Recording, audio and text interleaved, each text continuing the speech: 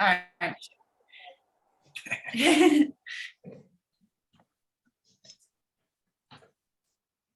Hey, look, there's all the people. Hello, Chef. Or some of the people. How are y'all doing? Fine. How are you? If I was any better, I'd be incarcerated or something. I don't know why I said it that way, but really good.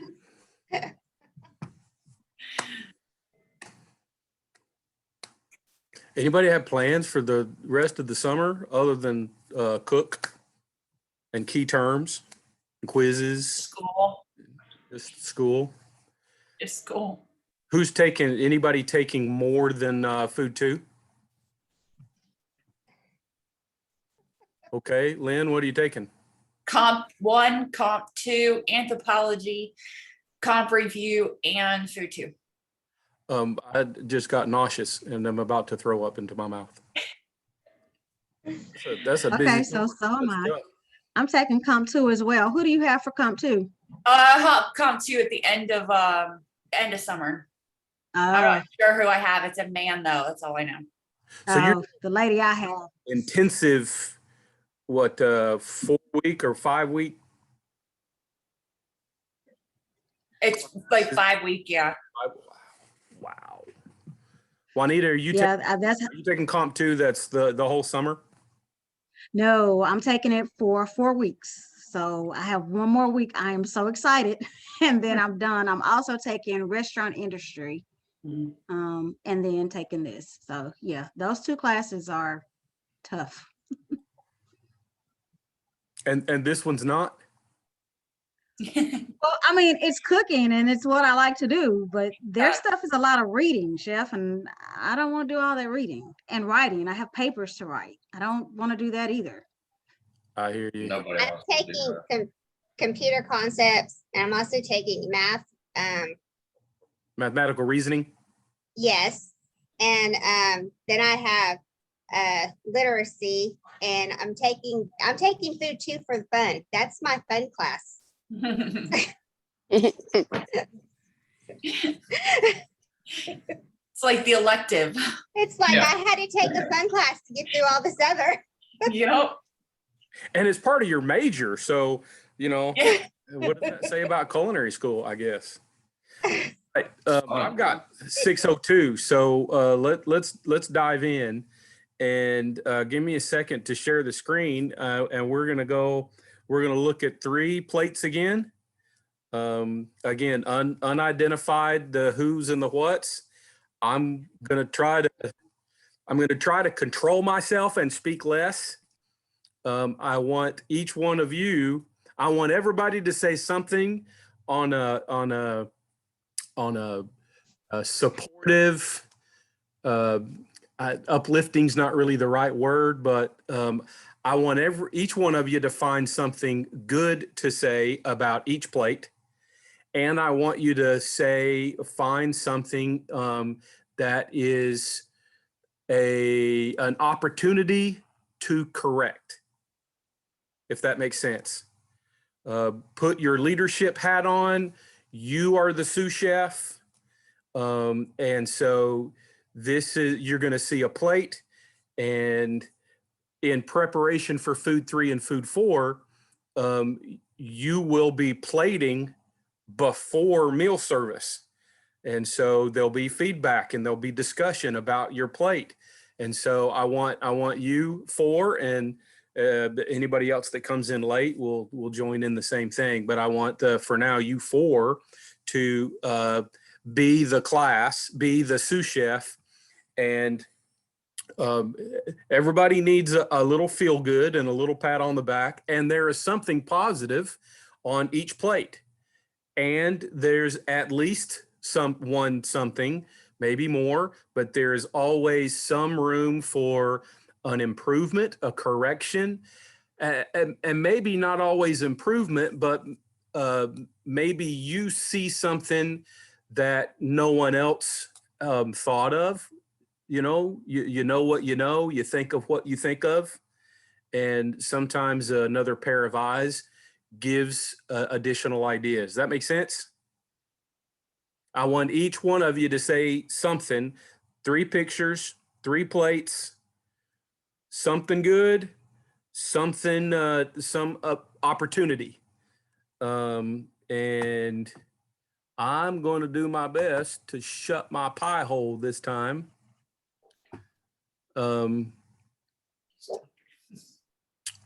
So let this come up. Okay. Is there, everybody can see? Yes. Okay, we're calling this peer review. And first plate on your mark, get set, go. Take your time to look at it, look it over a little bit. Please, it's up to you, but don't identify yourself if this is your plate. Same for the other 2 that we're going to see. I know who all the plates are, and that's all that matters. So I like the way that the pork is sitting on top of the risotto. Okay. And I like the color of the sauce, but I think I would have liked the green beans to be a little bit longer. I have to agree on the green beans and everything she said. I like the circle with the pork on it sitting nice, but the green beans, yeah. I agree with the green beans too. They do need to be a little bit longer. I do like the shingling of the pork on the risotto, whatever you say it correctly. That was And right, I like, risotto. That's good. and I like how the one piece is actually standing up so you can see the crust on it. Yeah, this student sent several pictures, and I just wanted you to see the best view of an entire plate instead of the very, very close up. There was a good close up taken from the side view, and then from that view you're able to see the height, which is a good thing to consider when you're plating. Sierra, do you have anything to add? I like the dead space element that they were going for.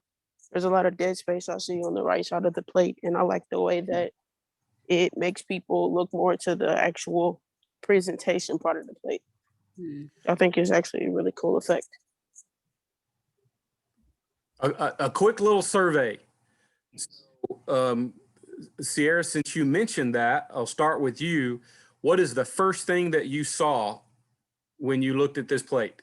Your eye immediately went to what?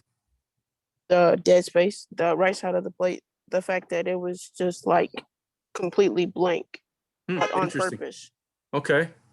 Juanita, what was the first thing you saw? First thing I saw was the meat. Okay. So, Interesting. Good. April, what's the first thing you saw? The food. So kind of opposite Sierra. Your eyes went to the food part of the plate rather than negative space. Is that what you're saying? Yes. yes. Lynn, what's the first thing you saw? The green beans. Interesting. My eye goes to the pork. Brian's eye goes to the pork too. It may be a guy thing too. Anita said the same thing, but you know, it's all about the meat, right? It's all about the meat. Look at the degree of doneness that you can see in the picture. How do y'all feel about a little bit of pink in your pork? Love it.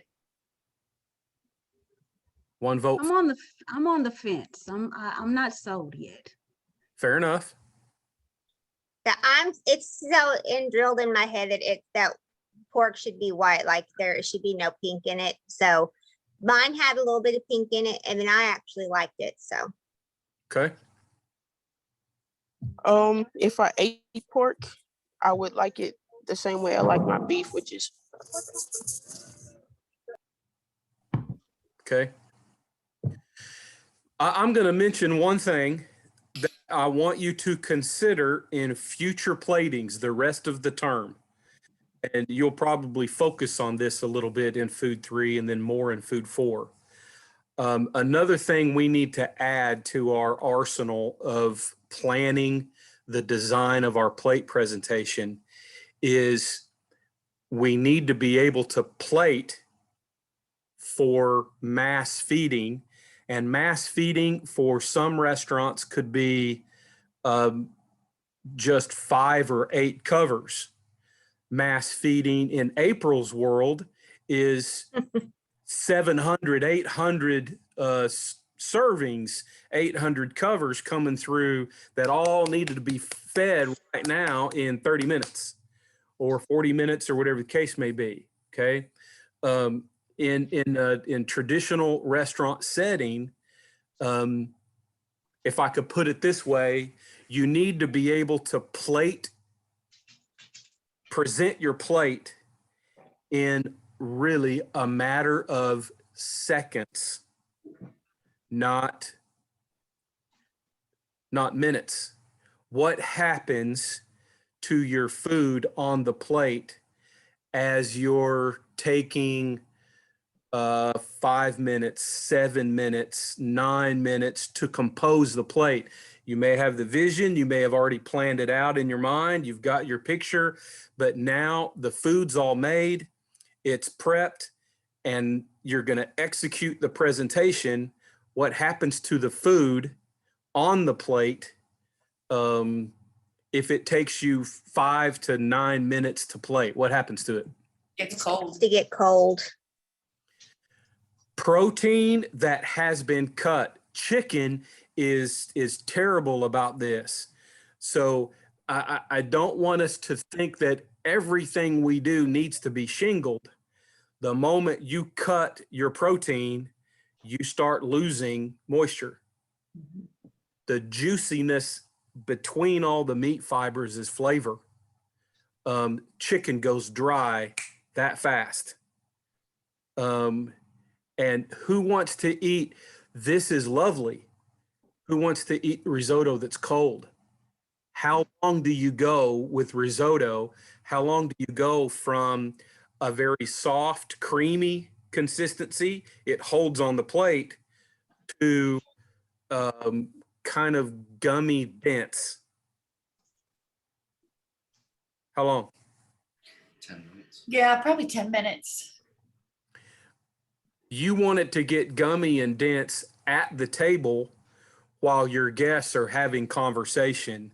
You want that first bite of everything to be steaming hot and as fresh as it could possibly be. So maybe the next challenge for all of us in plating should be a plate that you can compose, you can build, execute the presentation really pretty quick, within about 1.5 minutes or 2 minutes of plating. Now, could this plate be presented in less than 2 minutes? No. No. Yes, You think so? absolutely. I guess if you had like 2 people working on it. Okay, in the You would have- restaurant world, that's going to be part of it, yes. Yeah. But Everything would have to be prepped and cut and ready to go, like those green beans, if Yes. they were going to stay that size. Yeah, That's what I was exactly gonna right. say. Is Yes. if everything's prepped, then yes. Let me take you back a little bit to Food One, and I know this is a tool that you haven't seen yet, and I don't remember if I even mentioned it, but a kitchen tool called a Bain Marie. I know you had that on a quiz or in key terms or maybe both. What's a Bain Marie? Keeps the sauce warm. It's like a thermos. Oh. It's a water bath, isn't it? It's a water bath. Thank you, Juanita. Exactly right. So, you could do this even at home for these plates that you're making before you take a picture. You make your risotto, but you've got to keep it hot, right? In the restaurant world, you're going to prepare some things and you've got to hold it maybe for an hour or 2. Well, what's going to happen to your risotto if you have it on the burner and the burner's on low? It Burn. burns. just like anything with dairy. Now, you probably have just a little bit of cheese in there, and that's your main dairy, but the starch from the rice is going to act just like milk or cream. And when it starts to scorch, when it starts to burn at the bottom of the pan, that burning changes the flavor of everything in the pan. You're going to scoop right off the top, and the next guest is going to get burnt, charred flavor, and that's not what you want in a risotto, just for example. And so I make my sauce. I put my sauce in a squeeze bottle. I put the squeeze bottle in, a tall, high-sided dish that has warm water in it, and I keep that warm water on a low burner. I use another little dish. I make my pork, and maybe I don't cut it yet, but I hold that pork in a sealed, closed dish that's kept warm in a water bath. Just like the sous vide that we did, a low temp water bath is going to help hold each of the components that go on the plate. It's going to hold them at a warm temperature, at a hot temperature. Then when I'm ready to plate, y'all get ready for your future. That's when you start food 3, food 4.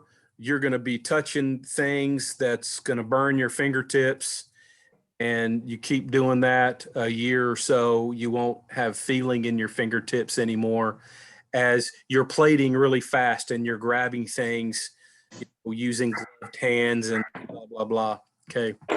Let's I'm try that. already there. Well, you've done this for a minute or two. Okay. Okay, Jennifer, to get you up to speed, here is your assignment for all of you. I want each one of you. I want one I like, one supportive, one positive thing you see from this plate, and I want one opportunity for improvement.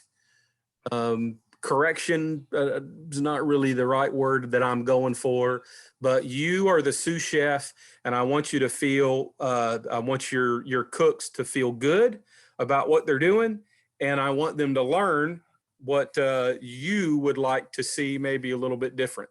And so I'll shut up again and turn this over to you guys. On your mark, get set, go. First one up. I like the green beans in the center of the plate. My eyes went straight to those. Okay.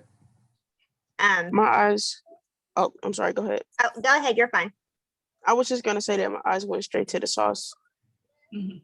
on the Okay. bottom of the meat. Interesting. Good. Okay. So what I like, again, would probably be the meat. Yeah, I like the meat. I like the color of it because it's not pink. And I don't know that I care for the rosemary because I don't know that it's edible in that form. So I probably would have left it off just myself. Other than that, that's it. I agree with the rosemary. All right. Yeah. Let me butt in, even though Jennifer and Lynn hasn't said anything yet. Two of you have mentioned the rosemary. So this student is your cook. I'm your cook. You're my sous chef. Okay. And what could you do different with the rosemary? Do you want to completely omit it off the plate, or is there something you can do to the rosemary to make it more acceptable? Could you take it off the stems and chop it and like sprinkle it on the risotto? Yeah, that's what I was about to say. Yep, me too. All right, very good. Very good. I would perhaps take a smaller piece of the rosemary and tuck it to the right of the pork, since the rosemary was kind of was our marinade for the, our herbs for the pork. I saw the sauce first because it's a little messy, in my opinion. So that was the first thing that I saw. I loved the sliced stacked pork. Chef, what did you say that was called? Fanned? Shingling. Shingling, yes. I love that technique. I also love the molded risotto. I think the almonds look great on the green beans, but yeah, to me, the two things that, negative things were the sauce and then the rosemary. I would, maybe tuck that in kind of as a flair with the pork. Okay. What else? Anybody else? Anything? You didn't say anything nice.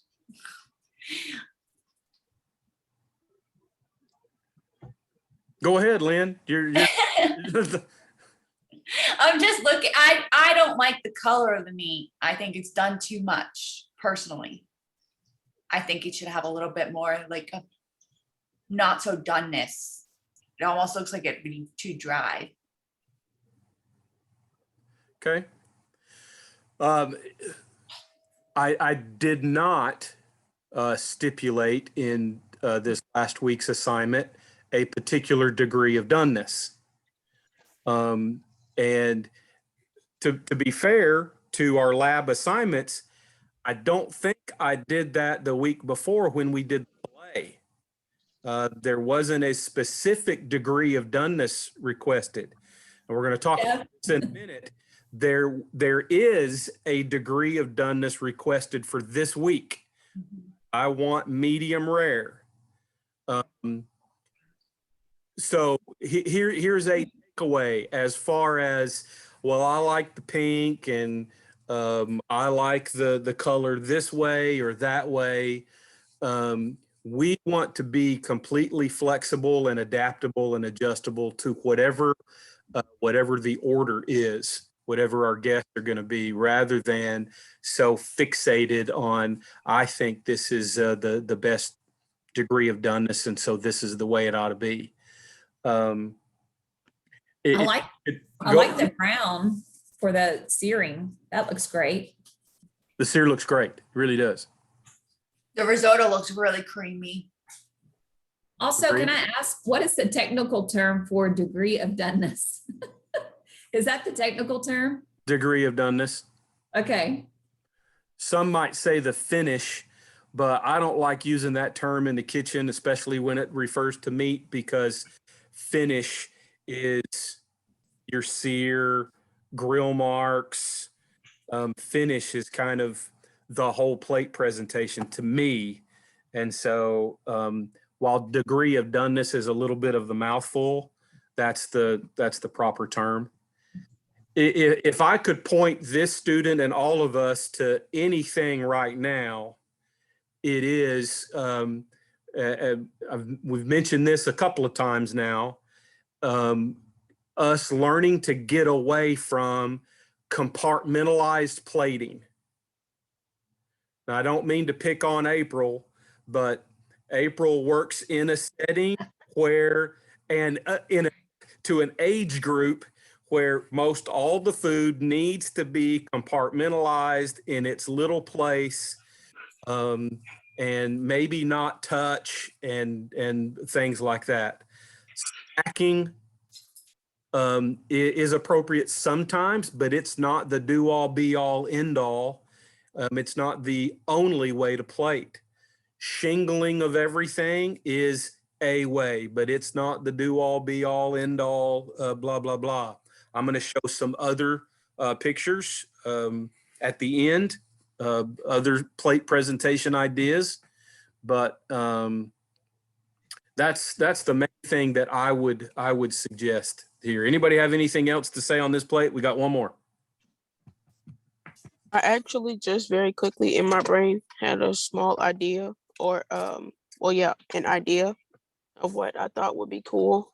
I just Sierra, thought, was like, that a small since- brain or a small idea? Which Ha ha ha ha ha. Thank you ha, for getting ha, that. Thank ha, you. ha. I'll be here all It night. was a small idea. It was just the way the meat shingle and the sauce kind of comes together in almost like a crescent shape almost. Mhm. I just had a small idea to finish that crescent and turn it into a circle with the rosemary sprigs and just have it circled around the green beans. just a small little thing that I had just seen a minute ago. Well, another one of your classmates had the circle idea. And so we're kind of following a little theme with this picture and the next picture. So contrast this with this picture. Oh, That's pretty. yep. That is pretty. That's, Mhm. So Yep, love it, love it. That's fancy. I would The like, sauce we're is reaching a perfection. point now where I would like a little more feedback and, hey, that's pretty. I love the sauce. It's perfection. The placement of the green beans, also perfection. Love. I would have preferred to see more pork, but and maybe more risotto. I would have been disappointed if that were my plate on the risotto. I like all the Except- negative space. Say that. But- The negative space, all the It's space beautiful. around it. It's pretty. The pork looks dry to me, but I like I do like the shape of how it's going. Everything's going towards to the left, and I'm used to everything. And I guess I'm a right-handed person, so I would have done everything towards the right. So I like the left side.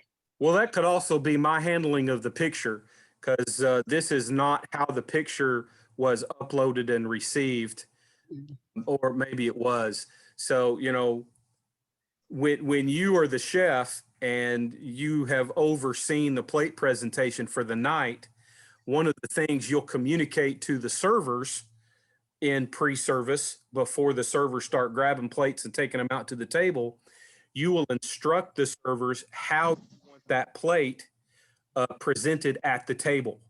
So I want the pork at 12 o'clock. I want the pork at 6 o'clock. Here, the pork is at 9 o'clock, meaning if I'm sitting at the table, like April just said, the main components of the dish are on my left side.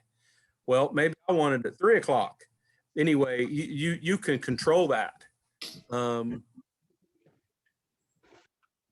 What else? I promised that I wasn't going to say anything. I don't know how to be shut up, but y'all keep going. Y'all are saying great things. I like the way that the presentation, in my personal opinion, is very purposeful. I feel like they put the green beans where they put them on purpose. The risotto, the swoop of the sauce. I just feel like everything was taken into really deep care and had a lot of thought behind it. This person knew exactly how they wanted this plate to be presented. And I think, Sierra, that's an astute observation and one we should all take away and perhaps learn from and apply as we go forward. And that is be deliberate about every single thing that goes on the plate. Now, I'm personally not a real big fan. I think they're completely overused. It's pretty vogue today. Everything that goes on the plate, we use tweezers and we put every single partial floret of broccoli right exactly where we want it, and every little flower. And come on, we established with the first plate we looked at, you can't plate that way and get the plate out and all the food still be hot. We have this balance. This is a beautiful, deliberate plate, but will it all get to the table hot? It's hard to see. You can't see texture.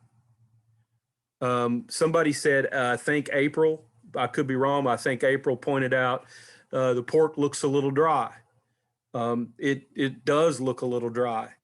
I left some feedback for this student to consider and see if you can see this in your own mind for this plate. Maybe one more slice of pork, but the pork sliced a little thinner, the pork sliced a little bit smaller. There's something eye appealing about odd numbers. Plating 1, plating 3, plating 5.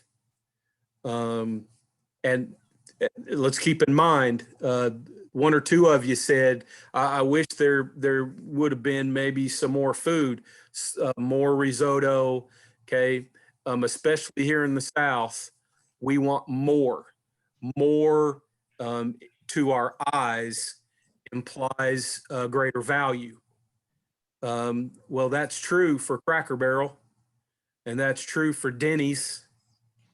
But in higher end food, in high end plating and high end restaurants, imagine if you got a 12 cup serving of risotto, half the pork tenderloin, you got a half a pound of green beans, but really this is one of maybe 4 or 5 courses.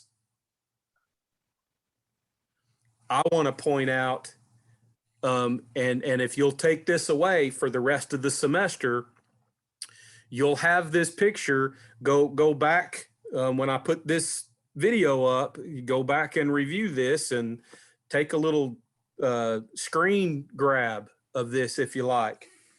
I think this is finally a very good plate in terms of balance between starch and everything else on the plate. Starch is where this class anyway, starch is where we are plating really heavy.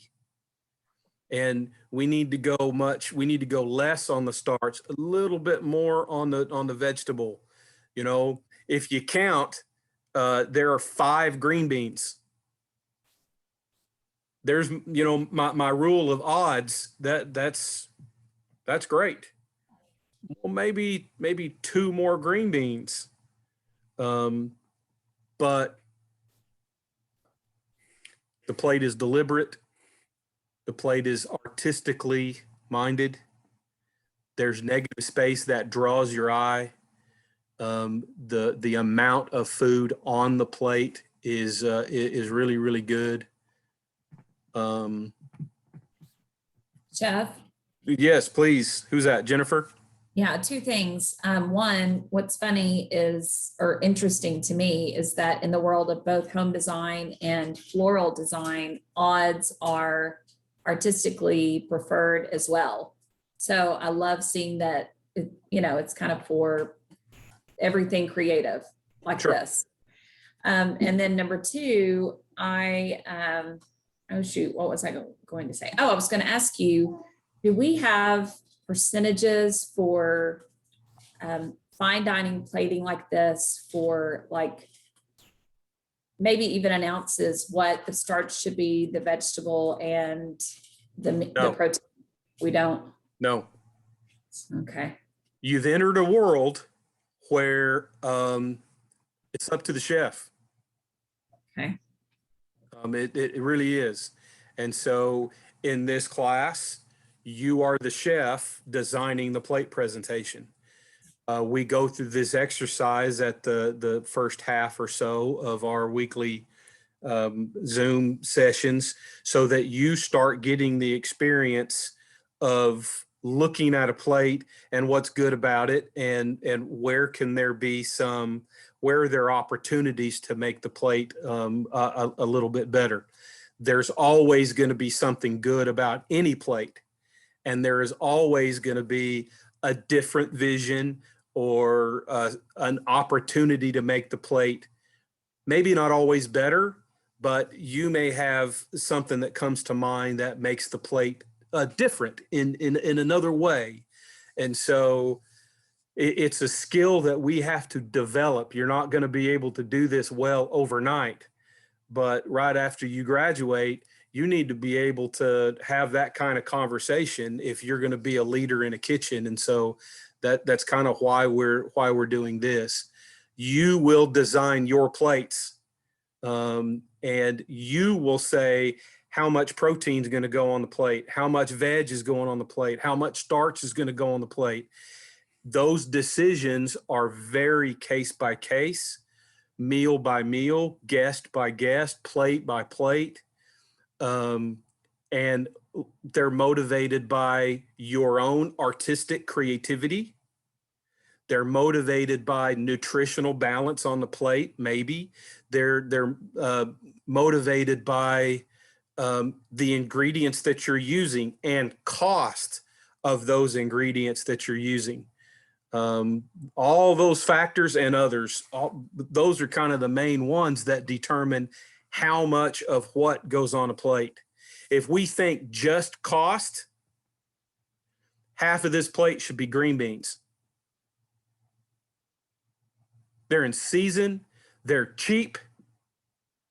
And why in the world, when you go to a buffet of any, country club on Sunday brunch is a bad look. You go to the Cracker Barrel or the Chuckarama or the, not Cracker Barrel, they don't do a buffet line. Used to be Sizzler, and what are the restaurants that do?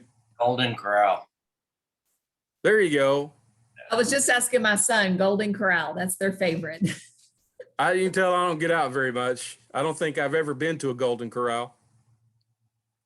The first, if you start at the beginning, the beginning of the buffet line is the salad bar. Why is that? Because it's light and it's really easy to make and quick to put together. It's cheap. That too. Fill your plate up with iceberg lettuce, with maybe a couple of leaves of spinach thrown in. And if they're really splurging, probably have some romaine lettuce thrown in, and shave 1 carrot in the whole big iced down bowl. And you've got some color. This is cheap, cheap, cheap, cheap. It's a filler. Fill your plate up with salad. If there are members of my family that will go through a buffet line and just use 1 plate. So half the plate is already salad. You don't have room. You've got the next up is going to be the green beans and the broccoli and the mixed vegetables, and they're next cheap. Meat is last. The meat is last because hopefully you already filled up your plate. You're just going to get 1 thin little slice of roast beef because that's all that's going to fit on your plate, and you drape that on top. I'm kind of guessing a little bit. I don't like to go to those buffet places. Anybody have anything else to say on this plate? I got to shut up too. We're going to run up against the clock. So let's look at the week that's coming up. Okay. Some of you may have already done. I actually know that one of you has already done and submitted, and I think that's already been graded. But and that's great. That's fine. You got the product. So some of this may be a review. Some of this may be new to some of you. The main theme of this week is grilling. Now, a couple of you, please, this does not mean run out to the sporting goods store or the Walmart or the Target and go buy a grill. Please do not do that. I'm going to cover briefly. I'm going to give you an alternative if you don't have a grill or access to a grill. If you have a gas grill, operate the gas grill the way you have the way you do a gas grill. Okay. The heat is a lot more instant. If you have a charcoal grill or access to, you're going to light the charcoal. When you light the charcoal and the charcoal takes, it's going to flame, and it's going to flame for a while. Fresh wood or charcoal grilling 101. You don't cook over the fire. Fire, no. It's not ready yet. If there's lots of flame like this, you're not ready to cook yet. You're going to cook when you've got red glow in the middle and underneath, and the stuff on top looks white and ashy. Is that clear? Is that kind of straight for everybody? Give me a thumbs up, or I got that. Good. it is advisable, gas grill or charcoal grill, that you have a hot zone and a cool zone on your grill rather than, fire the entire thing. I've got 4 burners on a gas grill outside. I cook for just me and my wife. I like 2 burners.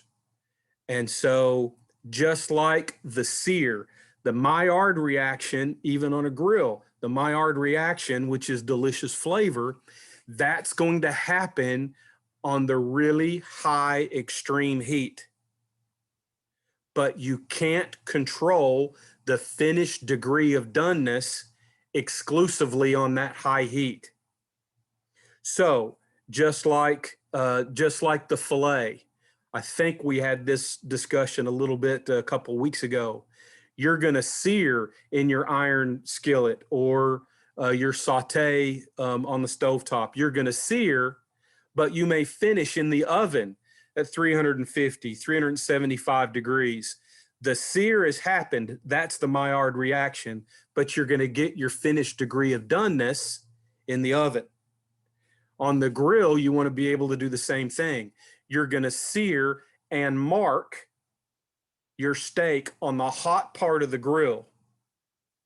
Couple of minutes, turn it 90 degrees, a couple of minutes, flip it over, and don't trust the couple of minutes. Don't follow exactly this. Mark your steak for 3 to 6 minutes and then rotate it 45 degrees and cook it another 3 to 6 minutes. Time in a recipe is always a guide. Have you heard me say that before? I know some of you had. Time in a recipe is always a guide.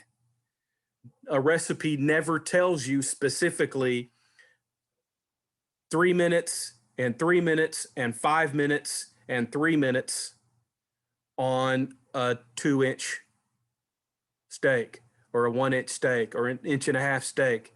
You got to develop a little bit of feel and intuition. To get those pretty hash marks, you lay a steak and leave it. Don't play with your food. After at least a couple of minutes, rotate it the opposite side. So 45 degrees and then the opposite 45 degrees. And that's going to create those pretty hash marks. You can cheat, maybe go to the park. Some parks have certain grates on those built-in charcoal, I guess you'll call them a grill, that are already set to make these pretty marks. Cheat if you want to. For this assignment, I'm looking more for a degree of doneness. I'm not looking for the pretty hash marks, but I want you to know how to do it, and you can practice that. Degree of doneness is what I'm after. What I want you to do with this picture, this image, is more or less, I want you to disregard the temperatures. Because I know this is recorded and y'all are going to turn me in to my boss. Incidentally, I think I can share this now because the news has gone out unofficially official. At the culinary school, we have a new director. Director was put in place today. And so some of you already know her very well. You can congratulate Jan Lewandowski, who is Cammie's new program director. So y'all don't, the first thing that she hears about anybody shouldn't be you people ratting me out about stuff that I tell you about things. Now, come on, we're all friends, I hope. So let's stay friends and don't rat me out. But all y'all are carrying, whenever you're in uniform, you've got a thermometer. For the record, I hate these. They're part of our uniform. You will always see me wear it, except for when I'm home and I'm not. I was part of the hiring committee, so I was in interviews all day today. But this thing, when it comes to temping meat, you pierce it, the meat. When you take this out after you've checked the temperature, all the juice. I mean, it can be like Old Faithful at Yellowstone. You lose all of the juice, which is texture and flavor. So let's review just real quick. You hold up your hand relaxed, you pinch that muscle, you have rare, you touch your index finger, pinch it again, you have medium rare, your middle finger is medium, your ring finger is medium well, and your pinky is well done. Listen, especially medium well and well done.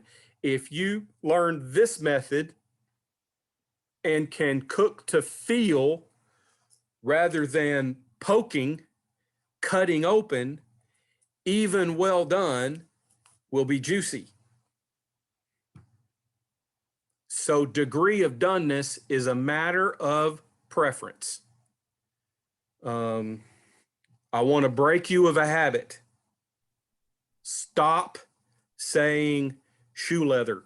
Stop making a pouty face. Stop shaking your head like you're a baby or a toddler that's about to have a temper tantrum when you hear medium well or well done.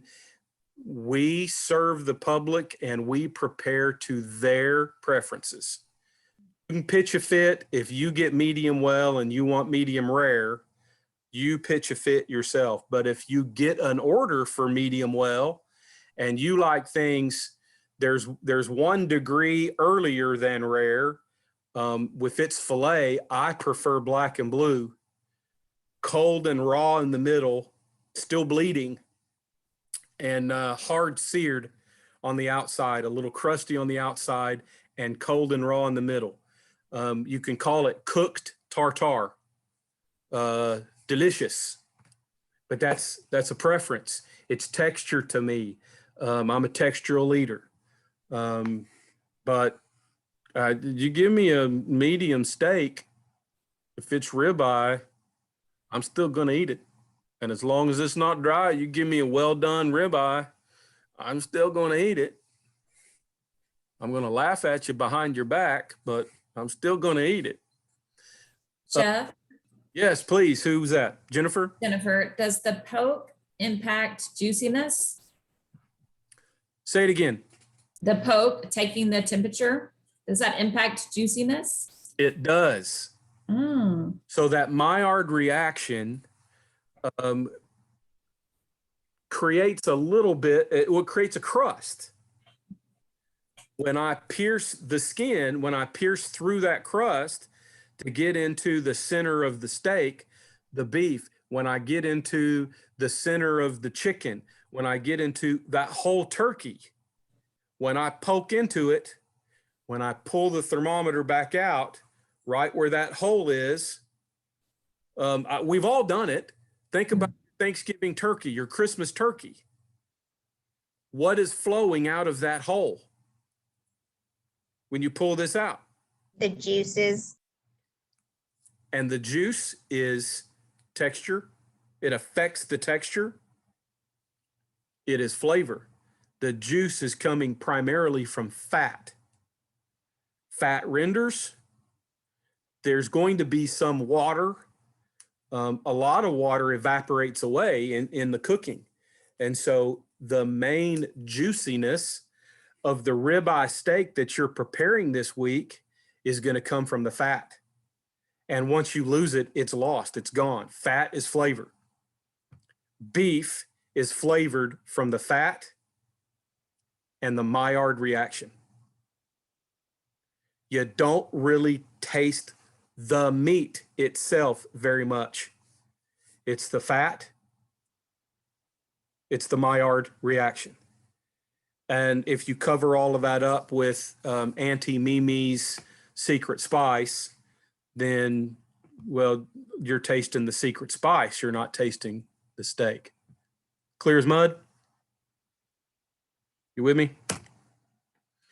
Your sauce this week, if you choose to play along entirely, is a compound butter. This is what I want to tell you about compound butter. I think you have a recipe. You can take away and substitute any herbs, in anything, different spices, little bits of wine. You can do anything with compound butter. It goes on absolutely hot, screaming hot, right off of the grill, right off the pan. The hottest exterior is where you want to add a dollop, a little, this cut off disc of compound butter. You want that on the top. So the residual heat is going to melt the butter slowly. And that's going to, remember, flavor is Maillard reaction and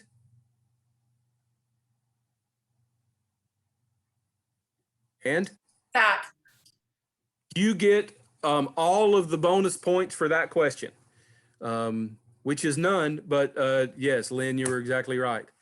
Here is just, I mean, an idea of so many different options. Here, this is incidentally lime, garlic, onion, and chipotle. Use a little bit of the adobo sauce, and then really finely chop up an adobo, a chipotle chili. Mix all that up in a compound butter. Put that over chicken. Put that over steak. I know, right? Make some rice and call me over for dinner. These are ideas. If you Google compound butter, you'll get, I mean, hundreds of different ideas. A great Christmas gift from a foodie to someone that is expecting a food gift from a foodie, your own compound butter, your own spice blend. Now's a good time to make homemade vanilla, even though vanilla beans are sky high right now. We can talk about that offline. Another skill, another cooking method that we've already discussed just a little bit, but kind of as a reminder, you're not making peas, but this is one place that I could find kind of a little bit of, they're not boiling the peas here, but boil and then drop in an ice bath. You're really going to be minutes.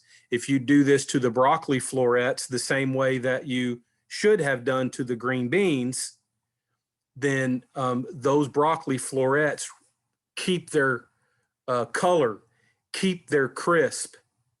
If you go back and saute them, excuse me. A great thing about blanching also is you do this during your mise, during your prep for service, then you saute your green beans, boom, really quick to order. From blanched, the saute of your green beans is a couple of minutes. Really, really quick. I love blanch, and so we use that a lot. I'll kind of skip over this a little bit. Oh, it's a GIF. I didn't even realize that. You see the little cartoon that's all kind of moving? That was cool. I did that on purpose. I didn't really do that by accident, but this is just another how to blanch. You can come back and look at this and then stop the video but I think all of y'all get that pretty well. Let's talk a little bit about fingerling potatoes. You got those in your bag last week, if you picked up last week. Contrary to what many people assume, fingerling potatoes are their own potato. You don't have a fingerling version of a russet potato. It is a fingerling potato in the same way that you have Yukon Gold potato. Okay. You have russet potato. You have ruby red potatoes. You have Peruvian purple potatoes. New potatoes are little babies. If you've planted potatoes at the right time, if you've planted potatoes in about another month, maybe 2 months and a half, you can start thinning out your potatoes. If you've planted, you may plant a little bit close together and you need to come back through and thin so that as your potatoes mature before you harvest them in October or November, when you start pulling those plants, you're going to have little babies. Those are new potatoes around here, harvested mid to late summer. Okay. And that is not the same thing. A fingerling potato is not a baby. These are not baby Yukon Gold potatoes. Does that make sense? These have the flavor of fully mature potatoes because they are. These little babies down here taste a little more green, a little more fresh, if you will, because not all the starch, not all the sugar, a new potato hasn't fully matured yet. Okay. Hasselback potato is an idea. Listen, I'm not asking for this. I'm not expecting all y'all to cut your potatoes like this. You can do your own little research if you want to understand a Hasselback potato, but great. I love the texture of these. A lot more labor intensive with little fingerling potatoes. What I want you to learn, what I want you to take away tonight about fingerling potatoes is never use them for mashed potatoes. Never take a whole Yukon Gold potato and cut them down into little rondelles like you do a carrot or a parsnip. They're very expensive compared to mature potatoes. A russet potato, they're very expensive. And so cutting it on the bias, maybe right in the middle, cutting it in half lengthwise, to take the time to do some Hasselback like this to each individual potato. Whatever you can do to keep them whole or almost whole is a proper use of those potatoes. Any questions? If you do not have a grill, if you're a little scared of using a grill, but you have a grill or have access to a grill, I would ask you to try to overcome your fear and jump into the deep end of the pool.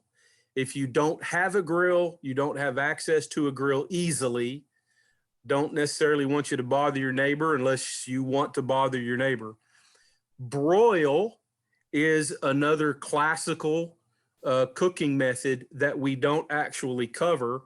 You do this in your oven. You notice this is an electric oven and the burners are red hot on the top. Broil is always going to be top heat. Keep in mind, if you have a convection oven with those fans running, you've got forced air going all the way around, and so it cooks a little bit faster. If you want to look up broil on the internet and you want to know a little more about it, and that's the way you want to cook. Here's what I'm after: medium rare. I don't care if you grill it or broil it. We've already put a steak in a saute pan on the stovetop with the filet. I would like you to broil or grill. And if you Jen? already did something else and you submitted, okay, fine. Jennifer, go ahead. So we have a gas grill that I've never turned on myself. So I'll, learn how to do that this week. But can you just quickly share, is there any difference in the method with gas as compared to the charcoal that you shared earlier? There's not. So, I use a gas grill as well. I keep a hot zone and a cool zone. So you can do that on gas. Yes, you're Okay. going to have multiple burners.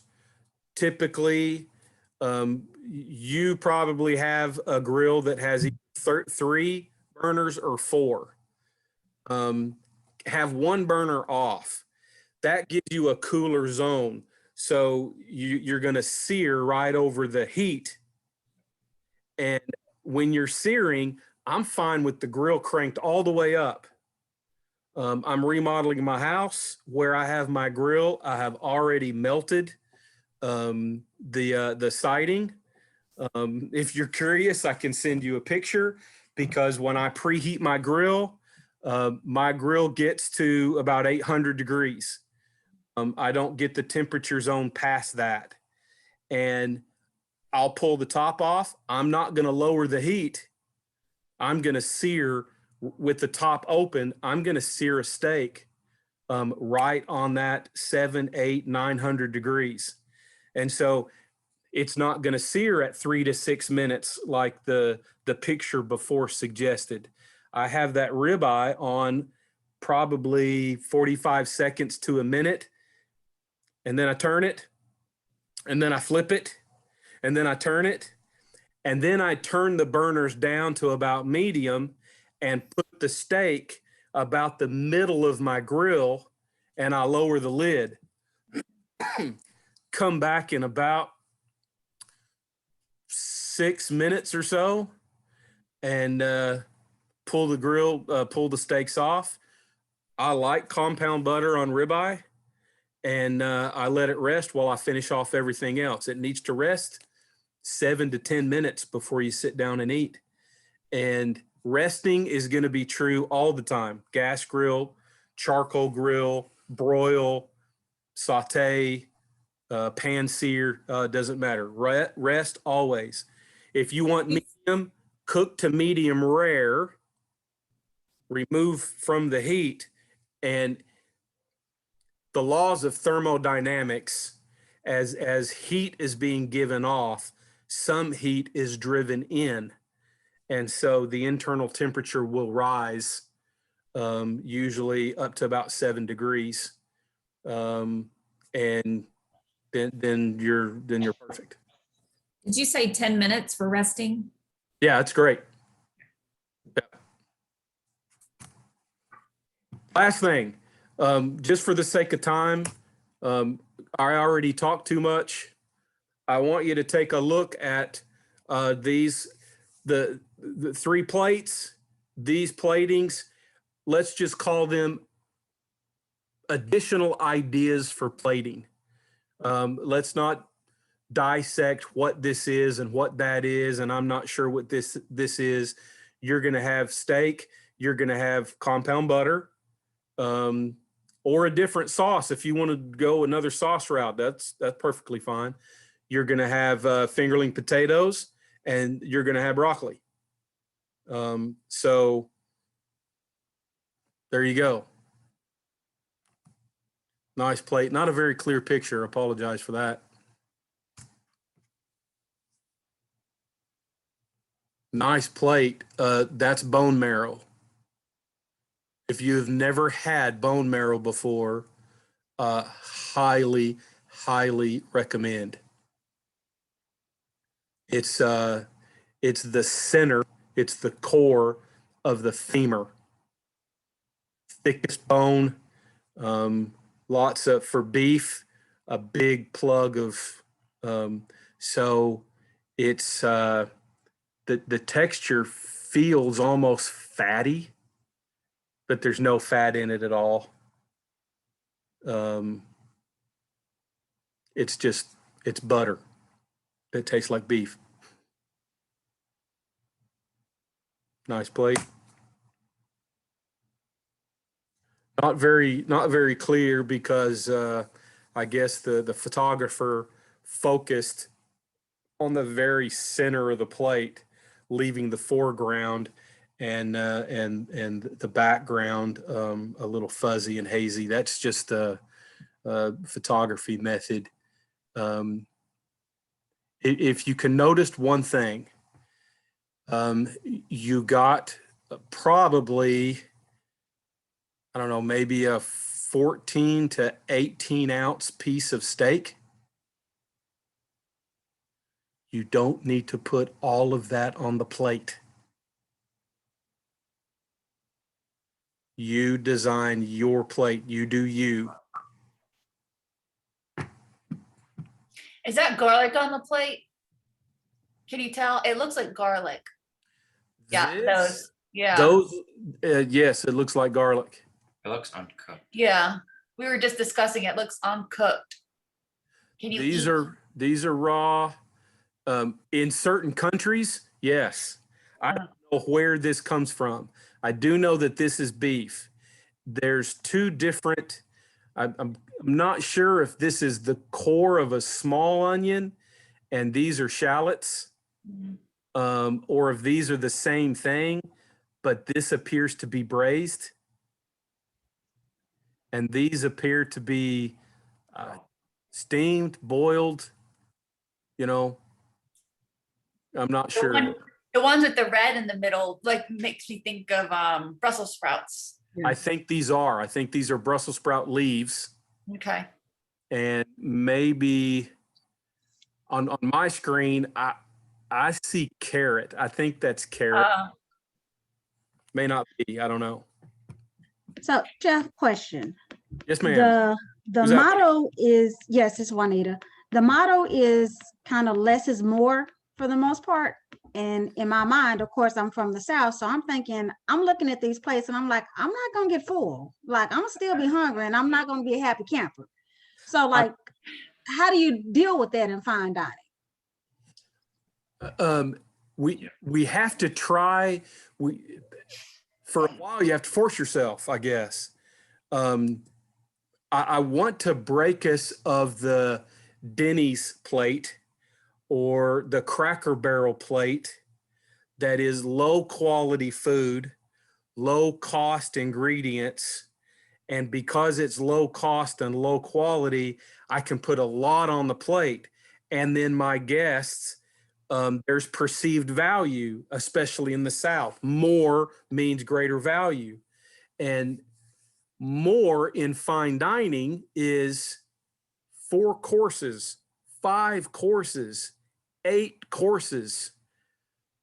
23 courses is the largest meal that I have ever personally prepared and served. 23 courses.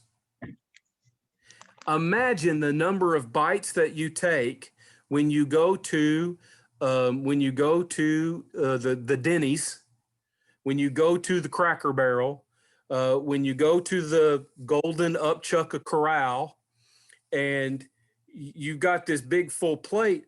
How many morsels do you put in your mouth? How many bites do you take?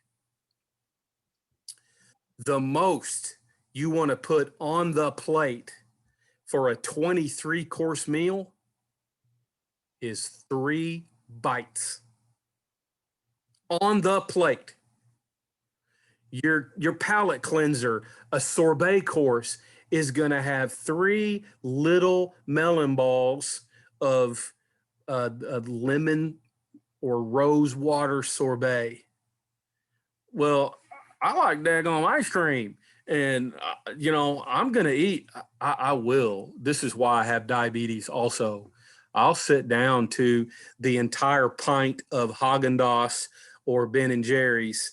Give me the Ben & Jerry's brownie chocolate ice cream, and I'm eating the pint after I've had a big steak and a whole baked potato and macaroni and cheese and 2 corn on the cobs, and that's probably why I'm about 25 pounds overweight also.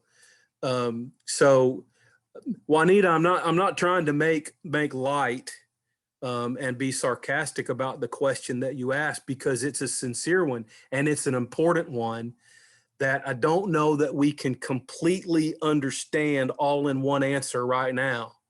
But as we keep doing this and we keep talking about this, I think by the end of the summer, by the end of this class, I hope that most of us start to get it. And then when you go to food 3, the lights are really going to come on when you serve food 4. Food 4 are primarily 4-course dinners. I think you have 1 or 2 5-course dinners. And I'm sorry, you cannot, even in the South, you cannot make it through 5 full courses if your entree course, the middle of the 5, includes a 14-ounce ribeye. You can if your entree course is 4 or 5 ounces of the ribeye, if that makes sense.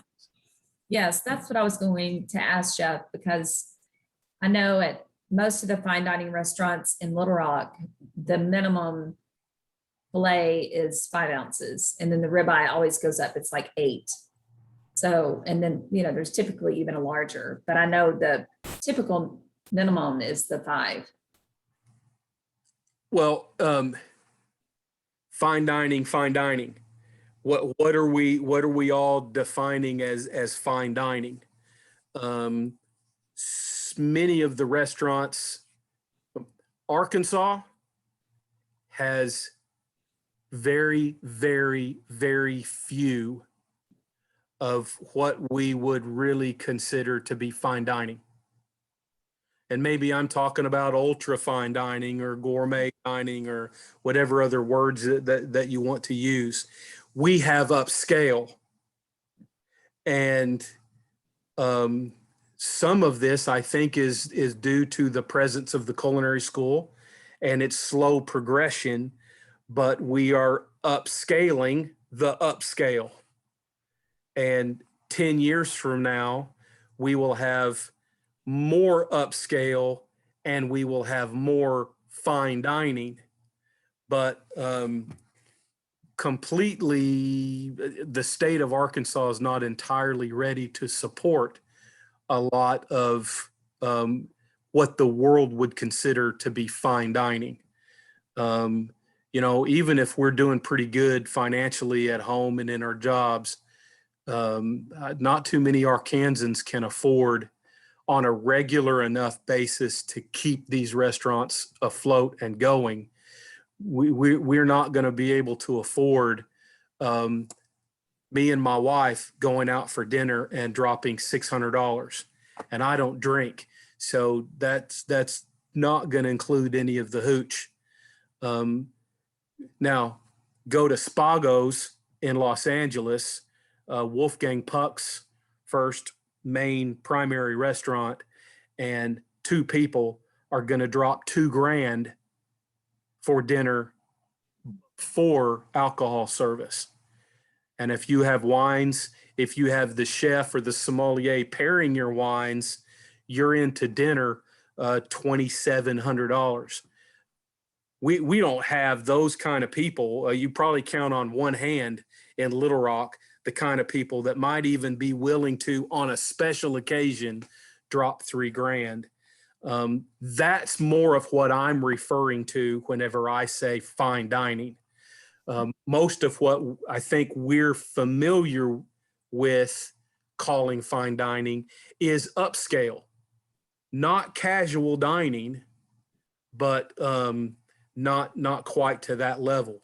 In culinary school, you need to be experienced. You need to understand that fine dining level. The more we are, the better our food becomes in this area. And so I don't know, that might have been a little too much, or I don't know if that was a rabbit hole or not. Anita, did that help at all?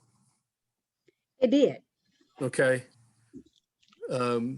It's hard to eat Denny's plating or Cracker Barrel plating, it's hard to make it through it's hard to make it through Cracker Barrel anyway, but it's hard to make it through, 3 full courses. You get a big old soup or a big old salad, then you get your entree that's dripping off the sides, and then you have a big fat dessert. I'm at the age and the point now, just give me the dessert. Life is uncertain. Eat dessert first. We're going over just about every week, aren't we? Well, y'all ask us good questions, and I talk way too much. What else you want to know? Anything about anything? Sorry, I I have do have a question. question. Oh, I'm sorry. Go ahead. No, go ahead. Juanita, go. Well, it's just about a technique. So about a week ago, my husband did steaks. They were amazing. I'm just gonna say, like the best he'd ever done. But he did a salt brine on them. Have you ever done that to a steak? So it depends on what you really mean by salt brine. Was it in water? No, it was dry. We literally, he called it a brine because it was something he looked up. I didn't know anything about it. But literally, we just took salt and Crusted the patted whole it on thing. there and let it sit overnight. Yeah. But it made like the most amazing steak ever. It's a loose version of things that were done anciently. Things are baked, completely packed in salt. The salt makes a crust. You break it. You don't eat all of that salt, but it does some amazing things to the water. At first, you're gonna salt it like that, leave it overnight. It's gonna draw moisture out. Completely packed in salt like that, it's gonna draw water out of the steak. Then it's gonna some of the salt is gonna dissolve in the water and find its way back into the salt. Essentially, brine isn't a bad word, but to be completely true to culinary terminology, I wouldn't use the term brine because there is a specific method. There's a technique called brining. And we can talk about that a little bit later, but that's salt, sugar, water, little bit of some kind of acid. And, I brine a turkey and then I smoke it. That's Thanksgiving. I brine the turkey for about a week. So I got a couple of refrigerators. I've got room right now to do that, but.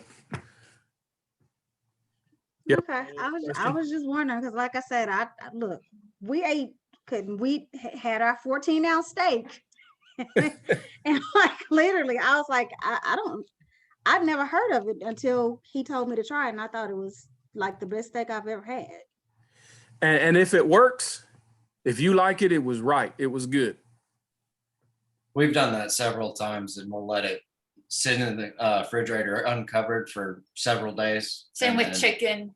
Chicken, we do that too. You do the salt brine on chicken, or do Yeah. you do it in the liquid? Do it Oh. without the liquid, but Oh, really? they call it a dry brine. I've heard, Yeah. but Yes. I've never done the wet because I don't have room in my refrigerator to do it. I'm gonna try the dry brine on some chicken because we did a wet brine on chicken breast, and they Yeah. turned out really well. It'll make that skin really tight and it'll get the salt penetrated into the meat. So you'll get a Oh, crispier skin crust. We just made Cornish hens like that. And they were delicious. oh boy, I just got excited. Okay. Everybody's taking notes. Jennifer, you had a question, please? Yes. Chef, what is your take on, you mentioned leaving the burner on low and how that will char over time and create, a different taste. And so water bath is the best method. What about the light, the warmer in a commercial kitchen? So in many instances, the heating lamps are a crutch and they overused. And that's depending on the kind of chef. And I'm one of those that I would start fighting the front of the house. And we might end up coming to blows or having World War III over the use of the heat lamps. It serves its purpose because when the fan is on, when your hoods are on, that should include a register of return air. So those big hoods are sucking out the grease in the air from the fryer, the smoke in the air from your char grill, steam and smoke in the air from your saute is all going up through the filters and out of the restaurant. And through the register of return air, you've got some pressurized air, fresh air being blown in from outside. Okay, depending on where you're plating, when you take Food 3, you'll be in Le Culinaire. And there is a significant design flaw in Le Culinaire's kitchen, and that is the return air that's right on the line. You're plating right underneath the window, and we want to plate there. That's why it's there. It's display plating, display cooking, big windows, but that return air is blowing right where you're plating. We talked an hour ago, I mean, very early on, we talked about temperature and how quick we want to plate because how quick we lose temperature. When we use the heat lamps to heat, sauces crust over, starches dry and crust over. It's terrible. That's exactly what I wanted to know. Thank you. When we use the heat lamps to hold heat for a minute or two, I've finished plating and the servers are coming grabbing plates, like we tend to do, especially in larger events at the culinary school. Heat lamps serve their purpose. So I'm not anti-heat lamps, but they are overused and we end up with poor quality on the plate that makes it to the table. My 2 cents. Anything else? Y'all have a great night. Good week. Thank you. Nice Thanks, job. Chef. Thank you. 99. I'm going to try to get this posted tonight.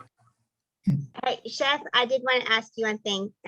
Is it okay if we use like a grill pan on top of the stove, or do you just want it on the grill or broiled? Grill pan's going to be just fine. A grill pan works a lot the same way as the grill. It's going to be heat from one source, but it's the marks on the grill.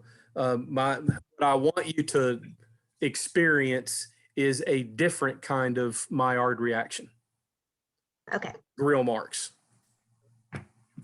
I just want to make sure because I'm not the best with the charcoal grill. I have the hardest time trying to get that fire going. I'd rather just throw the thing away. Charcoal chimney. Those work really well in the very. It doesn't matter what I do. I still have a problem, and then then it's just bad. It's just bad. Grill pan is just fine. Okay, thank you. Good night. Night.